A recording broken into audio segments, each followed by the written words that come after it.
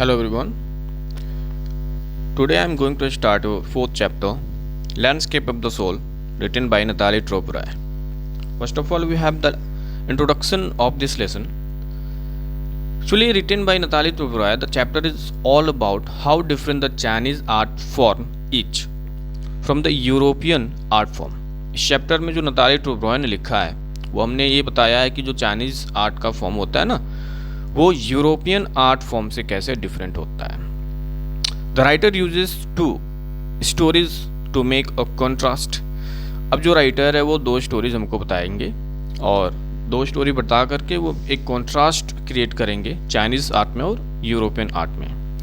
European art is about reproducing an actual view, whereas Chinese art is about not creating a real landscape. अब हम ये बताते हैं कि यूरोपियन आर्ट जो है वो एक्चुअल व्यू को ही रिप्रोड्यूस करता है, रिप्रेजेंट करता है, उसमें रियल जैसी कोई चीज़ दिखाई देती है, जबकि चाइनीज़ आर्ट जो होता है उसमें कोई रियल लैंडस्केप नहीं होता.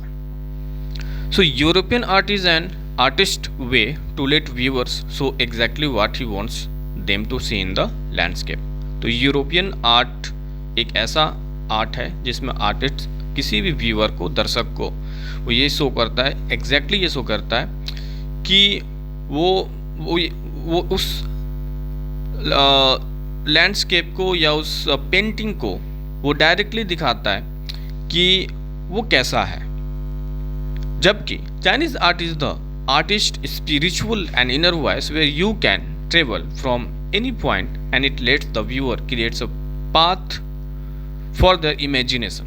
जबकि चाइनीज आर्ट किसी भी आर्टिस्ट का एक स्पिरिचुअल कंटेंट होता है, उसका इनर वॉइस होता है, जहाँ से उस आर्ट में आप कहीं से भी ट्रेवल कर सकते हो और उस आर्ट को आप समझ सकते हो कि उस आर्टिस्ट ने उस आर्ट को बनाया कैसे, उसकी इमेजिनेशन क्या थी.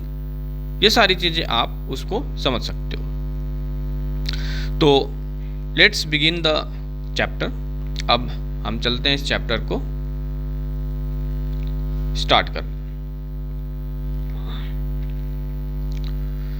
अ wonderful old tale is told about the painter Wu Daozi who lived in the 8th century.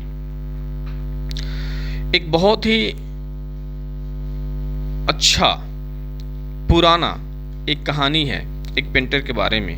उस पेंटर का नाम वू दाओजी है जो कि वो 8th century में रहा करता था. His last painting was a landscape commission by the Tang emperor जुआंगजो to decorate a palace wall. उसकी जो एक लास्ट पेंटिंग थी वो एक लैंडस्केप की पेंटिंग थी और वो कमीशन मीन्स होता है ऑथराइज टू डू. उसे दिया गया था बनाने के लिए और टैंग एम्पेरर जुआंगजो ने दिया था कि उसके पैलेस वॉल को वो अपने पेंटिंग से डेकोरेट करे. The master had hidden his work behind a screen so only the emperor would see it. अब उस मास्टर ने, उस चाइनीज पेंटर ने उस अपने वर्क को एक स्क्रीन के पीछे छुपा के रखा ताकि सिर्फ और सिर्फ एम्पेरर ही उसके आर्ट को देख सके.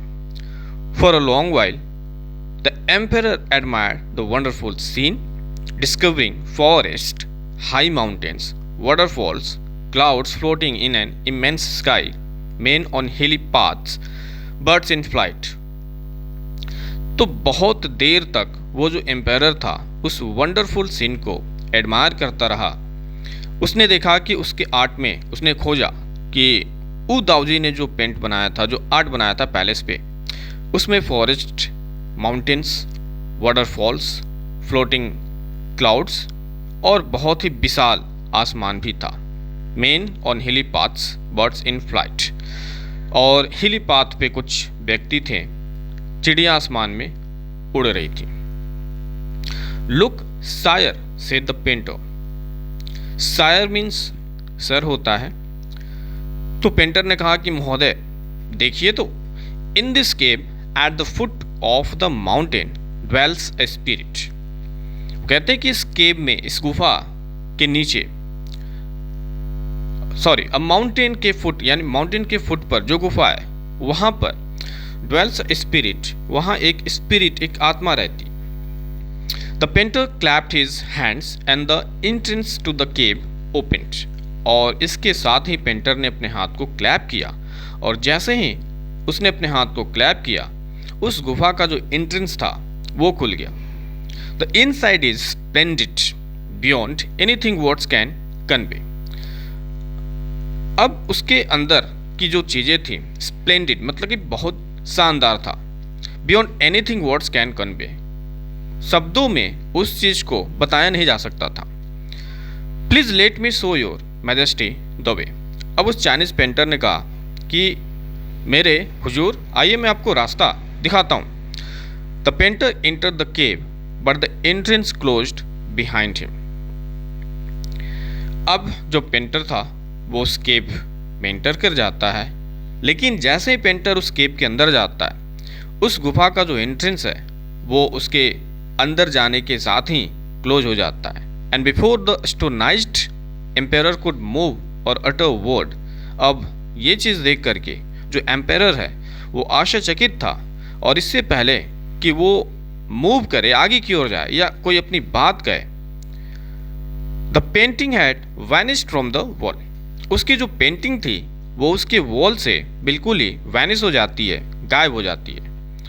Not a trace of Wu Daoji's brush was left and the artist was never seen again in the world। अब उस आर्टिस्ट का ना तो ब्रश दिखता है और ना ही वो आर्टिस्ट कभी उस दुनिया में देखने को मिलता है। Such stories played an important part in China's classical education। तो ऐसी कहानियाँ जो हैं चाइना के, चीन के जो एजुकेशन है, शिक्षा नीति है, उसमें ऐसी कहानियाँ एक बहुत ही मेजर रोल प्ले करती हैं। The books of Confucius and Zhuangzi are full of them. अब कन्फ्यूशियस और झुआंगजी ने जितने भी किताबें लिखी हैं उस किताबें में इस तरह की स्टोरीज भरी पड़ी हैं। They help the master to guide his disciple in the right direction. इस तरह से ये जो कहानी होती है वो शिक्षक को, मास्टर को हेल्प करती है को अपने शिष्य को, अपने स्टूडेंट्स को सही रास्ता दिखाए, सही रास्ते पर उसे ले करके जाए। Beyond the anecdote. Anecdote means होता है ऐसी स्टोरीज जो जनरेशन आफ्टर जनरेशन चली आती हैं लेकिन उसका कोई रिटन रिकॉर्ड नहीं होता।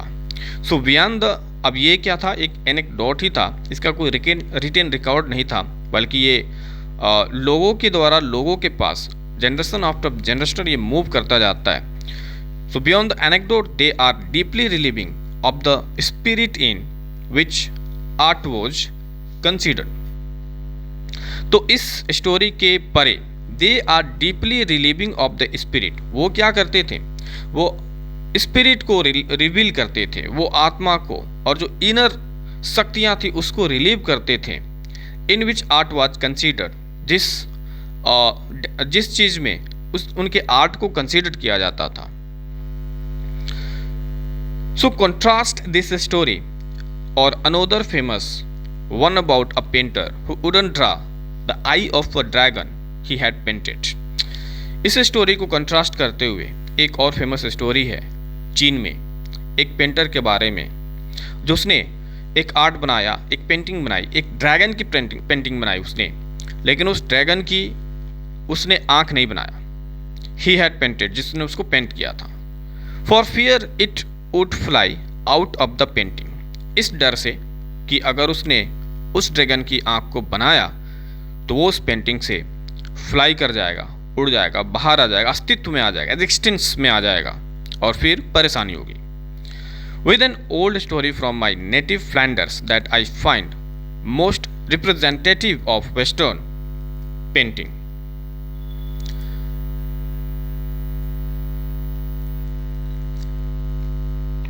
तो with an old story from my native Flanders, तो एक ऐसी ओल्ड स्टोरी, पुरानी कहानी जो मेरे एक नेटिव फ्लैंडर के द्वारा था। फ्लैंडर मीन्स होता है a medieval country in western Europe. From my native Flanders, जो उसके नेटिव फ्लैंडर्स में था, that I find most representative of western painting. तो ये जो ऑथर है ये बताते हैं कि ये इसको बहुत ही ज़्यादा रिप्रेजेंटेटिव वेस्टर्न पेंटिंग के रूप में देखते हैं। In 15th century Antwerp, a master blacksmith called Quentin Metzys fell in love with the painter's daughter. Antwerp is a city of northern Belgium. Antwerp जो है वो नॉर्दर्न बेल्जियम में एक सिटी है, एक शहर है। So during the 15th century in Antwerp, a master blacksmith named Quentin Metzys falls in love with a painter's daughter. एक ब्लैक स्मिथ था, लोहार था, और वो एक पेंटर की बेटी से प्यार करने लगा। The father would not accept a son in law in such a profession. अब वो जो फादर था उसने एक्सेप्ट नहीं किया इस रिलेशन को, ऐसे प्रोफेशन वाले पर्सन को, कि वो अपने घर का उसको दामाद बनाए। सन इन लॉ मीन्स दामाद होता है। So Quentin sneaked into the painter's studio and painted a fly on his latest panel with such delicate realism that the master tried to swat it away before he realized what had happened. Since the father was not accepting the relationship because of his profession, the blacksmith sneaked into the painter's studio and painted a fly on his latest panel. तो अब चूंकि वो जो painter था उसने इस relationship को accept नहीं किया, तो ब्लैक स्मिथ, सिनिक्स मीन्स होता है चुपके से कहीं अंदर की ओर जाना, घुस जाना, तो वो चुपके से पेंटर की स्टूडियो में चला गया। और डेलिकेट रियलिज्म मीन्स होता है फाइन, डेलिकेट मीन्स फाइन, और रियलिज्म मीन्स होता है बेस्ड ऑन रियलिटी। तो वो जो पेंटर था जिसकी स्टूडियो थी उसके अंदर उसने एक पैनल पर एक पेंट बनाया था। तो उस मास्टर ने, ब्लैक स्मिथ में, उसने क्या किया कि उसके पैनल पर उसने एक फ्लाई बना दिया, उसके लेटेस्ट पैनल पर उसने एक फ्लाई बना दिया क्विंटन मेट्सिस ने, जो ब्लैक स्मिथ था। और इतने फाइन तरीके से, इतने रियलिटी से, कि जब उस मास्टर ने उस पेंटिंग को देखा तो उसको लगा कि उसके पैनल पे कोई मक्खी, कोई फ्लाई बैठी हुई है, और उसने प्रयास किया उसको स्वॉट इट करने के लिए, यानी कि भगाने के लिए। और जब उसने उसे भगाने का प्रयास किया तब जाकर के उसको रियलाइज हुआ कि व्हाट हैड हैपेंड, ये तो बस एक पेंटिंग मात्र भर है। So Quinten was immediately admitted as an apprentice into his studio. तो क्विंटन को तुरंत उस स्टूडियो में अप्रेंटिस के तौर पे रख दिया गया।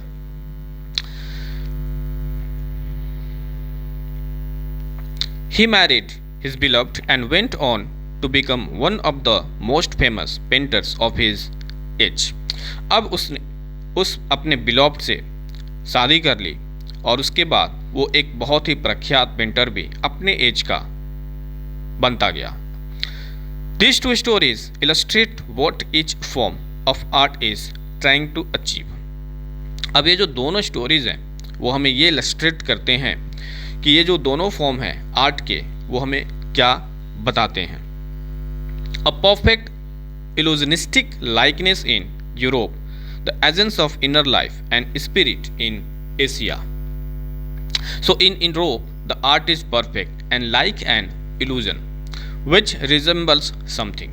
In Asia, the art gives an essence of inner life and spirit. तो अगर हम बात करें चाइनीज़ पेंटिंग की और यूरोप की पेंटिंग की, so a Chinese painter paints not a real but a spiritual landscape. तो एक जो चाइनीज़ पेंटर होता है वो सिर्फ रियल पेंटिंग ही नहीं बनाता बल्कि वो एक स्पिरिचुअल लैंडस्केप यानी कि पेंटिंग भी वो बनाता है। A European landscape is real and is based on delicate realism. जबकि एक यूरोपियन लैंडस्केप, एक पेंटिंग, वो रियल होता, वास्तविक होता है और डेलिकेट रियलिज्म पर वो आधारित होता है। In the Chinese story, the emperor commissions a painting and appreciates its outer appearance, but the artist reveals to him the true meaning of his work. So, as in the Chinese story, the artist reveals the true meaning of his work to the emperor who rules over his territory but did not know the way within. The disappearance of the painting, अभी हमने जो पहला कहानी पढ़ा उसके बारे में बता रहा हूँ. The disappearance of the painting from the wall signifies the knowledge of the spiritual inner world. वो ये सिग्निफाइज करता है, क्या सिग्निफाइज करता है? स्पिरिचुअल इनर वर्ल्ड के नॉलेज के बारे में वो बताता है.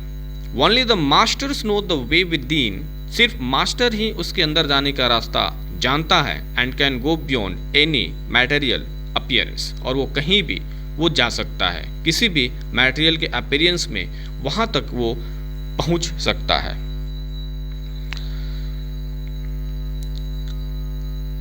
The emperor may rule over the territory he has conquered, but only the artist knows the way with in.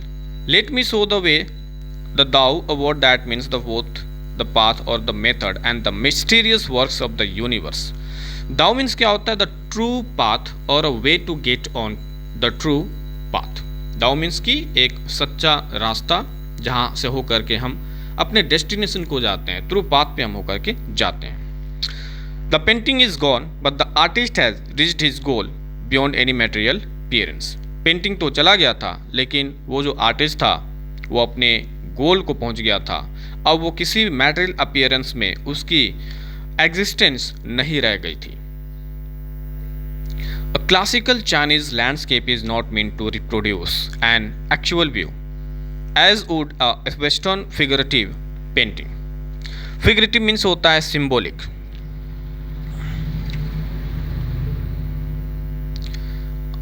और figurative painting means होता है metaphoric representation of an art. So the Chinese landscape painting is not made with a real viewpoint, but it is a representation of the artist's thought. Where was a European painter want you to borrow his eyes and look at a particular landscape exactly as he saw it from a specific angle. The Chinese painter does not choose a single viewpoint. Means that the European painter paints a landscape. European painter वो ऐसा landscape को paint करता है to show you a specific scene of the landscape, whereas the Chinese painter does not choose a real view point. His landscape is not a real one and you can enter it from any point, then travel in it. The artist creates a path for your eyes to travel up and down, then back again in leisurely movement.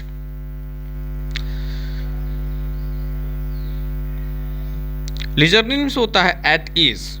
तो हम यहाँ बात कर रहे हैं कि you can enter the painting from any point and can travel anywhere where you thoughts and imagination take you. Chinese painting में आप कहीं से किसी भी पॉइंट के अंदर आप झांक करके देख सकते हो, अपने थॉट्स को, विचार को, इमेजिनेशन को आप वहाँ पर ला सकते हो.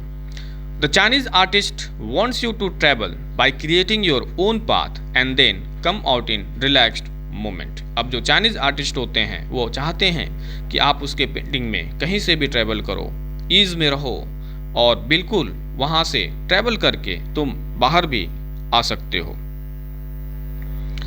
This is even more true in the case of the horizontal scroll, in which the action of slowly opening one section of the painting then rolling it up to move on to the other adds the dimensions of time which is unknown in any other form of painting. Horizontal scroll means होता है long role of paper. तो हम बात कर रहे थे Chinese art के बारे में. In China, this mode of seeing a painting is more enjoyable. A horizontal scroll is a form where one section of the painting is opened one by rolling it up to move on the other side. तो horizontal scroll एक ऐसा form होता है जहाँ पर एक section, एक भाग से आप उस पेंटिंग को खोलते हो, रोल करते हो, दूसरे साइड तक, एंड तक उसको रोल करते जाते हो, और जब आपका ध्यान उस पेंटिंग में पड़ता है तो आप एक अलग ही दुनिया में अपने आप को पाते हो। It creates a dimensions which is not practised in any other form of art work. तो ये एक ऐसे आयाम को क्रिएट करता है जो कि किसी भी आर्ट वर्क में प्रैक्टिस नहीं किया जा सकता। It requires both mental and physical participation of the viewer. थोड़ा a participant which is of physical as well as mental, तो it requires both mental and physical participants of the viewer. The Chinese painter does not want you to borrow his eyes, he wants you to enter his mind. अब एक Chinese painter जो होता है वो आपकी आंखों को नहीं लेना चाहता, बल्कि वो चाहता है कि सीधे डायरेक्टली उसके माइंड में आप इंटर करो, और जैसे वो उस पेंटिंग को देखता है, सोचता है, ठीक वैसे ही आप उस पेंटिंग को देखो, सोचो और स्पिरिचुअल नॉलेज के बारे में आप जानकारी हासिल करो। The landscape is an inner one, a spiritual and conceptual space. Conceptual means होता है रिलेटेड टू द आइडिया, यानी कि वैचारिक, संकल्पनात्मक। तो the Chinese painter wants you to enter his mind and see the painting from his thoughts. The landscape created by Chinese artists is spiritual, inner, and of conceptual or abstract space. Abstract space means कि कुछ ऐसी चीज़ें जो कि सिर्फ आप उसको महसूस कर सकते हो, उसे देख नहीं सकते, उसे टच नहीं कर सकते. It is all about the feeling. तो ये चाइनीज पेंटिंग के बारे में हमारी बात हुई थी.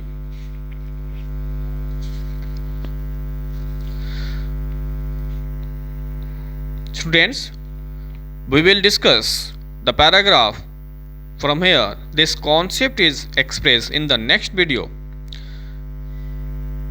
Till then, thank you very much to see this.